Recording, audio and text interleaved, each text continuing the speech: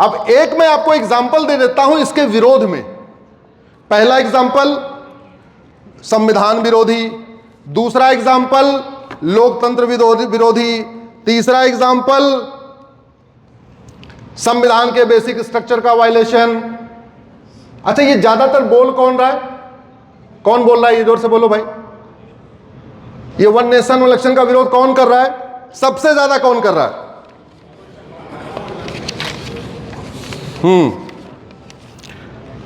सबसे ज्यादा जो विरोध कर रहे हैं उनका मैं आपको एक डेट वाइज काला कारनामा बताता हूं कि उन्होंने किया क्या है। भारत के संविधान के प्रियम्बल में, पूरे संविधान प्रियम्बल तो छोड़िए, पूरे भारत के संविधान में सोशलिस्ट और सेकुलर शब्द था ही नहीं। ध्यान से सुनिए इसको, थोड़ा आपको इंटरेस्टिंग, मजा नहीं आ रहा होगा, संविधान में ज्यादा मजा नहीं आता। भारत के पूरे संविधान में सोशलिस्ट और सेकुलर शब्द था ही नहीं। भारत के संविधान में आज भी WAQF यानी वक्फ नाम का शब्द ही नहीं है। लेकिन वक्फ एक्ट बना कि नहीं बना? बना। सोशलिस्ट शब्द आया कि नहीं आया? सेकुलर आया कि नहीं आया? आया कैसे वो बताता हूं, जो आजकल संविधान की बात कर रहे हैं। 9 दिसंबर 1946 को संविधान सभा की प्रथम बैठक हुई।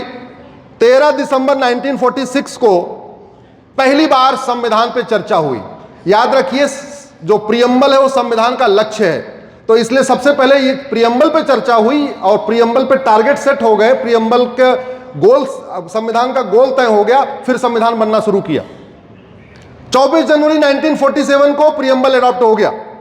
15/11/1948 को प्रोफेसर KT शाह साहब ने कहा कि साहब इस प्रियम्बल में सोशलिस्ट, सेकुलर और फेडरल शब्द आना चाहिए। पूरी दिन भर चर्चा हुई, संविधान सभा ने उसको रिजेक्ट कर दिया, बोले ना ये नहीं आएगा।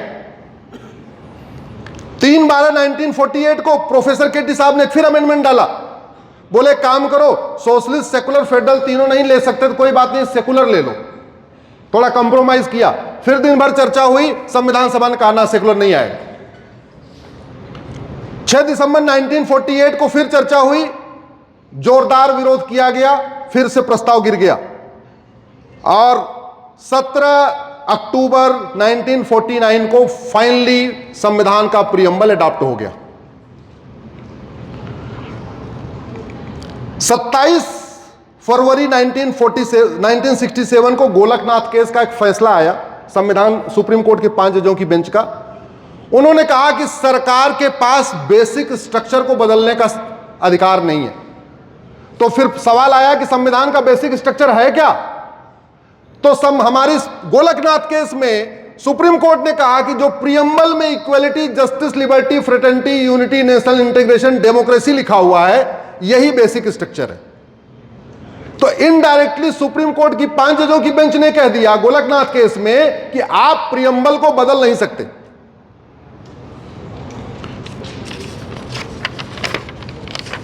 18 मार्च 1971 को इंदिरा जी प्रधानमंत्री हुई और 5 नवंबर 71 को संविधान का 24वां संशोधन हुआ और गोलकनाथ केस के फैसले को पलट दिया।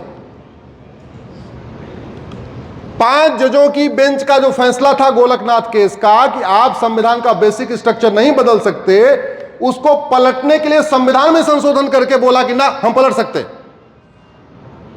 24 जनवरी 1973 को केशवानंद भारती का फैसला आया। याद रखिए, 73 में केशवानंद भारती का फैसला 13 जजों की बेंच ने दिया था। उस समय सुप्रीम कोर्ट में केवल 13 ही जज होते थे। टोटल स्ट्रेंथ सुप्रीम कोर्ट की 13 जजों की थी और 13 के 13 जज एक साथ सुनवाई करके केशवानंद भारती में फैसला किए थे कि सरकार बेसिक स्ट्रक्चर नहीं बदल सकती। और बेसिक स्ट्रक्चर का मतलब प्रियम्बल, और प्रियम्बल में सोशलिस्ट, सेकुलर था क्या? नहीं। 12 जून 75 को इलाहाबाद हाई कोर्ट ने इंदिरा जी का चुनाव रद्द कर दिया। इंदिरा जी पहुंची सुप्रीम कोर्ट। 24 जून 75 को सुप्रीम कोर्ट ने कहा कि आप सांसद तो बनी रहो, लेकिन ना आप वेतन लोगी, ना आप भत्ता लोगी, ना आप कोई काम कर पाओगी, ना आप प्राइम मिनिस्टर के ऑफिस में जाओगी, ना कोई आप सिग्नेचर करोगी, और आप केवल नाम की सांसद रहो लेकिन काम की प्रधानमंत्री नहीं रहो। लगभग वो सारी कंडीशन डाल दिया जो 1 साल पहले सुप्रीम कोर्ट ने केजरीवाल जी को जमानत देते समय डाली थी। आपको याद होगा 1 साल पहले केजरीवाल जी को जमानत दिया था सुप्रीम कोर्ट ने, तो क्या कहा था? मुख्यमंत्री कार्यालय नहीं जाओगे, कोई फाइल पे साइन नहीं करोगे, कोई महत्वपूर्ण निर्णय नहीं करोगे, मुख्यमंत्री के सैलरी नहीं, कुछ भी नहीं करोगे। तो बेचारे शर्म के मारे उन्होंने इस्तीफा दे दिया। सेम कंडीशन 12 जून को 24 जून को सुप्रीम कोर्ट ने कहा 75 को। आप जरा सोचिए, बेशर्मी देखिए, बेशर्मी की पराकाष्ठा देखिए कि 24 जून को सुप्रीम कोर्ट कह रहा है कि प्रधानमंत्री कार्यालय में नहीं जाना, किसी फाइल पे साइन नहीं करना, कोई महत्वपूर्ण निर्णय नहीं लेना, अगले चुनाव तक प्रधानमंत्री बने रहो बस। और अगले दिन 25 जून को भारत में इमरजेंसी लगा दी गई।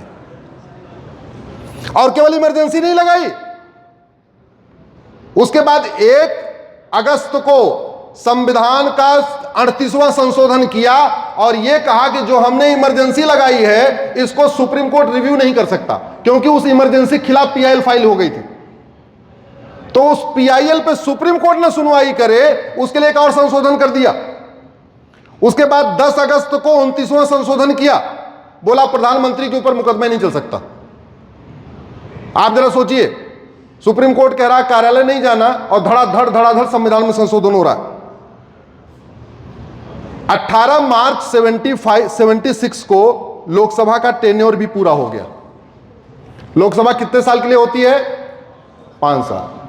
18 मार्च 76 को लोकसभा का टेन्योर पूरा हो गया और 2 नवंबर 76 यानी लोकसभा के 5 साल के कार्यकाल पूरा होने के लगभग 8 महीने के बाद संविधान में 42वां संविधान संशोधन करके सोशलिस्ट और सेकुलर जोड़ दिया। लोकसभा थी ही नहीं, देश में आपातकाल लगा हुआ है, 5 साल पूरा हो चुका है, इलेक्शन हो नहीं रहा है और उस बेसिक स्ट्रक्चर को बदल दिया जिसको सुप्रीम कोर्ट बार बार गोलकनाथ केस में, बाकी केसों में कह रहा है। और हमारे संविधान निर्माताओं ने भी कहा था कि भैया प्रियम्बल में कोई छेड़छाड़ नहीं होगी, जो बदलाव होगा संविधान के अंदर होगा।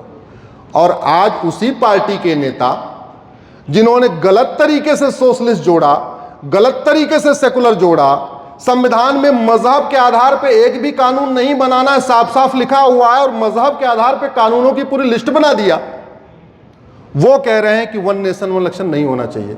जानते हैं क्यों? बड़े समझदार लोग हैं। क्योंकि आपको लग रहा है 1 नेशन 1 इलेक्शन केवल पैसा बचेगा और उनको लग रहा है कि 1 नेशन इलेक्शन के बाद और क्या क्या होगा। उनको पता है उनकी सारी काली करतूतें संसद में चर्चा होंगी। और वास्तव में कांग्रेस ने आजादी के बाद जो 50 से ज्यादा भारत विरोधी घटिया कानून बनाए हैं, इन पे अगर एक सप्ताह एक कानून के ऊपर चर्चा हो जाए, कांग्रेस का सूपड़ा साफ हो जाएगा।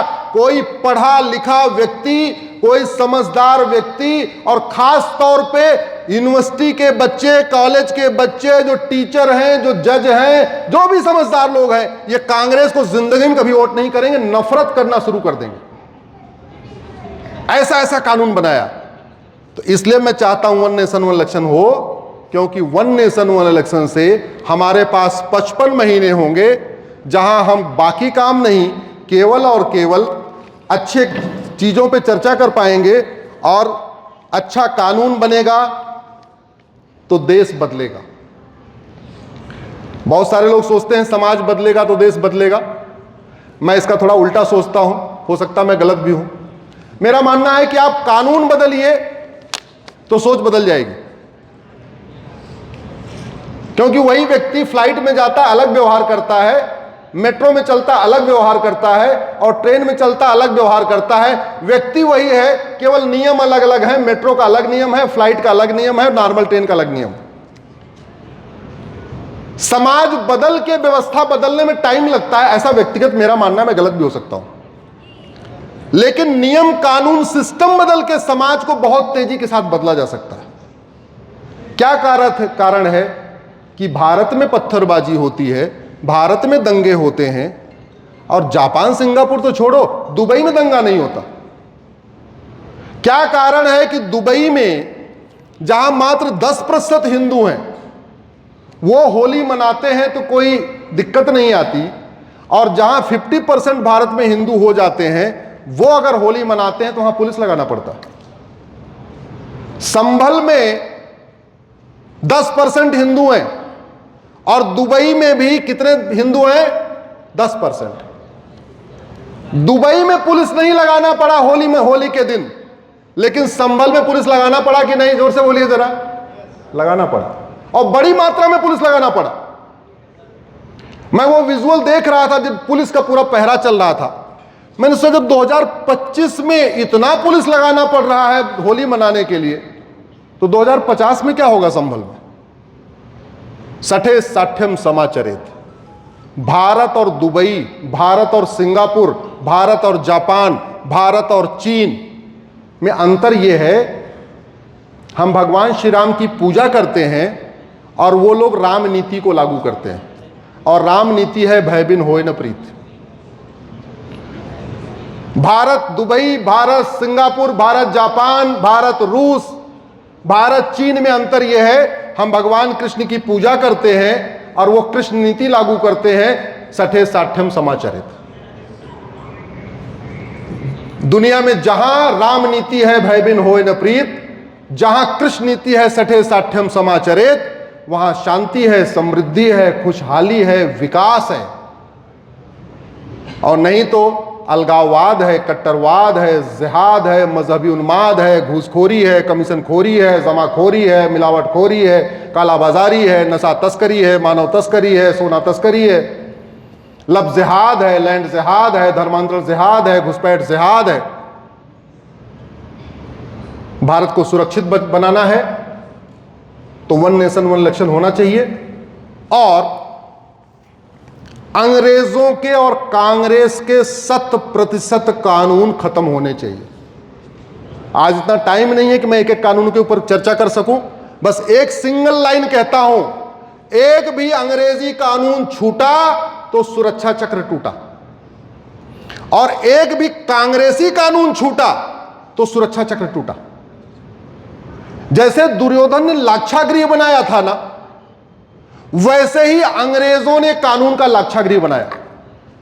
हम उसमें से बच के निकल गए, अलग बात है। और जैसे दुर्योधन ने लाक्षागृह बनाया, ऐसे कांग्रेस ने घटिया कानूनों का लाक्षागृह बनाया। हम उसमें से बच के निकल आए, बस समझो बच गए, बाल बाल भगवान की कृपा, भगवान कृष्ण की कृपा, भगवान राम की कृपा रही। नहीं तो भारत को बर्बाद करने के लिए, सनातन धर्म को खत्म करने के लिए एक के बाद एक, पहले 1954 में वक्फ एक्ट बना दिया, 1958 में एंशिएंट मॉन्यूमेंट एक्ट बना दिया, 1971 में नेशनल आर्ट एक्ट बना दिया, 1980 में अलीगढ़ यूनिवर्सिटी को माइनॉरिटी घोषित कर दिया। माइनॉरिटी कौन है नहीं पता। भारत का संविधान कहता है कि मजहब के आधार पे न कोई नियम होना चाहिए, न मजहब के आधार पर कोई कानून होना चाहिए, न मजहब के आधार पर कोई योजना होनी चाहिए, न मजहब के आधार पर लोन होना चाहिए, न मजहब के आधार पर वजीफा होना चाहिए, न मजहब के आधार पर बोर्ड होना चाहिए, न मजहब के आधार पर ट्रिब्यूनल होना चाहिए, कुछ भी नहीं होना चाहिए। और सब कुछ चल रहा है कि नहीं चल रहा है? जोर से बोलिए जरा। और बेशर्मी देखिए, संविधान विरोधी मजहबी नियम कानून स्कूल कॉलेज खोलने वाले कह रहे हैं 1 नेशन 1 इलेक्शन संविधान विरोधी है। जो हमारे संविधान निर्माता चाहते थे कि भारत में 55 साल 55 महीने सरकारें विकास करें, केवल 5 महीने के अंदर जो भी होना है हो जाए, ये हमारे संविधान निर्माताओं की मंशा थी। और इसीलिए शुरुआत में सारे चुनाव 1 नेशन 1 इलेक्शन शुरू हुए। होना चाहिए, बहुत आवश्यक है, नितांत आवश्यक है, देश को बदलने के लिए, देश को बचाने के लिए, भारत की संस्कृति को बचाने के लिए, घटिया अंग्रेजी कानूनों को खत्म करने के लिए 1 नेशन इलेक्शन जरूरी है। आप लोगों ने इतनी देर सुना, मैं बहुत बहुत धन्यवाद देता हूं, मैं बहुत बहुत आभार व्यक्त करता हूं। भोजन का समय हो चुका है, मुझे पता है, वैसे मुझे किसी ने पर्ची नहीं भेजी, लेकिन मुझे लग रहा है भोजन का समय हो चुका है। तो एक बार आप लोग खड़े हो जाइए। एक मेरा नारा जेएनयू वालों ने चुरा लिया था,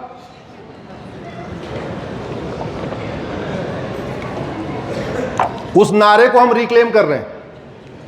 वैसे वो कहाँ गए, वो अपने वो मिहिर जी जो वस्त्र डिजाइन करते हैं, उनको बता दूं कि एक कानून था प्लेस ऑफ वर्शिप एक्ट, वो कानून बीच में दीवार बन के खड़ा हुआ था। हमने 2020 में उसको चैलेंज किया और 2020 के बाद 18 स्थानों पे सर्वे हुआ। काशी का सर्वे हुआ, मथुरा का हुआ, भद्रकाली का हुआ, भोजशाला का हुआ, अटाला का हुआ। हमने उस कानून को सुप्रीम कोर्ट में चैलेंज कर दिया। शेष आगे वाला कार्य हरिशंकर जैन जी, विष्णु जैन जी पूरे देश में कर रहे हैं। 18 स्थानों पे जहां सर्वे हुआ वो सारे के सारे मंदिर ही निकल रहे हैं, और आगे भी जहां सर्वे होगा क्या निकलेगा? इसीलिए सबकी घर वापसी कराना जरूरी है, इसीलिए घर वापसी जरूरी है। मैं आगे आगे बोलूंगा, आप पीछे से जोरदार आवाज निकालिए। अभी दिल्ली में नोटों की गड्डियां मिली हैं जज साहब के यहां, उन तक भी आवाज पहुंचे, चीफ जस्टिस तक भी आवाज पहुंचे, माननीय प्रधानमंत्री जी तक पहुंचे, कम से कम कुछ कानून उन्होंने बदलने पर चर्चा होगी। आपको बोलना है हमें चाहिए आजादी। बहनें भी हाथ उठा के बोले, क्या दिक्कत है, बोल सकती है। गुलामी के नाम से, गुलामी के निशान से, गुलामी की कुरीतियों से, गुलामी की कुप्रथाओं से, गुलामी की शिक्षा से, गुलामी के झूठे इतिहास से, गुलामी पुलिस व्यवस्था से, गुलामी की न्यायिक व्यवस्था से, नोटों की गड्डियों से, गुलामिक प्रशासनिक व्यवस्था से, गुलामिक चुनाव व्यवस्था से, गुलामी की कानून व्यवस्था से, घूसखोरी और कमीशनखोरी से, जमाखोरी कालाबाजारी से, नशा तस्करी और मानव तस्करी से, अलगाववाद मजहबी उन्माद से, लब जिहाद लैंड जिहाद से, डग जिहाद धर्मांतरण से, रोहिंग्या बांग्लादेशी घुसपैठियों से, पत्थरबाजी जनसंख्या विस्फोट से। एक देश एक विधान मांग रहा है हिंदुस्तान। एक देश एक विधान, एक देश एक चुनाव, एक देश एक चुनाव, एक देश एक चुनाव। बोलिए भारत माता की, भारत माता की, भारत माता की। वंदे वंदे वंदे। बहुत बहुत आभार।